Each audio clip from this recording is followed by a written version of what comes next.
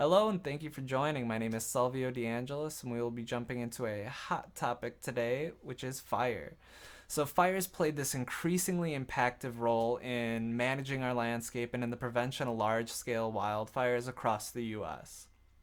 We have the ability to enact this tremendous change on our landscape through fire, but we take on some pretty severe risks for that.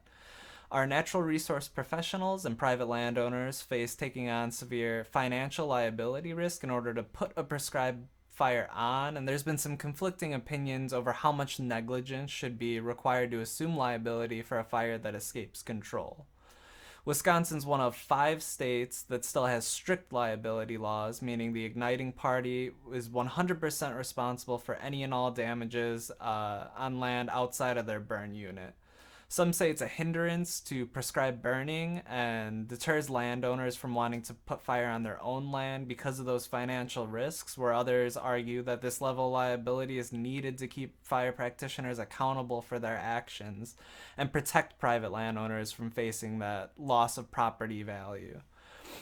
So we've seen these issues play out across the U.S. with some significant reform in the South and Southeast, but Wisconsin still has those strict liability laws. And while we're one of the last remaining states to hold that, we can see other states hold simple negligence or gross negligence, which will require proof that the burning party omitted something that a reasonable person would do in those circumstances, like burning outside of your burn window or thinking a spot fire will put itself out.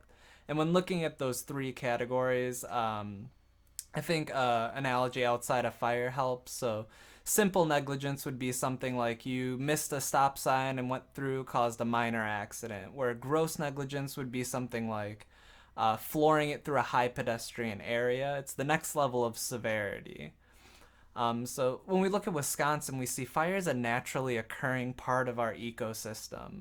Jed Munir, a fire ecologist for the Wisconsin DNR, did this study looking at red pine cookie slabs and counting the rings and looking at burn scars to see when Wisconsin saw fire, and he determined we had these average fire intervals for low intensity fires, at least every 2 to 9 years, so pretty often, with some bigger ones scattered in between.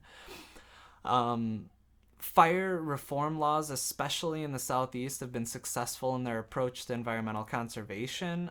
Weir showed that, and this is especially true in longleaf pine habitat where fire is essential for germination. As we look at our historic fire regimes and successful reform in the South, we see why some of our natural resource professionals are pushing for reform. So private landowners and those professionals want to see Wisconsin's stance loosened, which would allow more individuals to broaden their approach to land management and provide some cost-effective strategies. So Weir showed us that it allows for more acres to get burned. States with simple negligence see more acres burned than strict, and then gross negligence sees a little bit more than simple. And with more acres burned, Wonka shows us that we will see an increase in forage productivity, wildlife habitat for grassland birds and mammals, a decrease in shrub encroachment, but there's plenty of studies out there to show you the ecological benefits to prescribed burning. And then Omkar did a study last year to show the biggest risk with prescribed burning is taking on the legal liability, and that dissuades individuals from wanting to put fire on their own land. So if that extreme financial risk is lessened, more people will be more inclined to burn. While there are large economic benefits to prescribed burning, some people argue that the financial loss of property and timber just outweigh that environmental significance.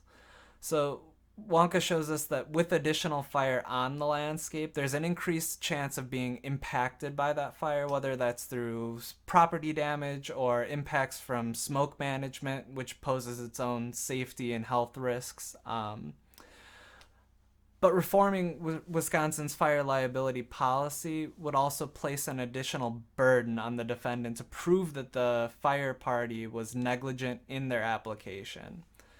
So they argue that fire laws in Wisconsin just keep practitioners accountable for any possible accident, regardless of the situation.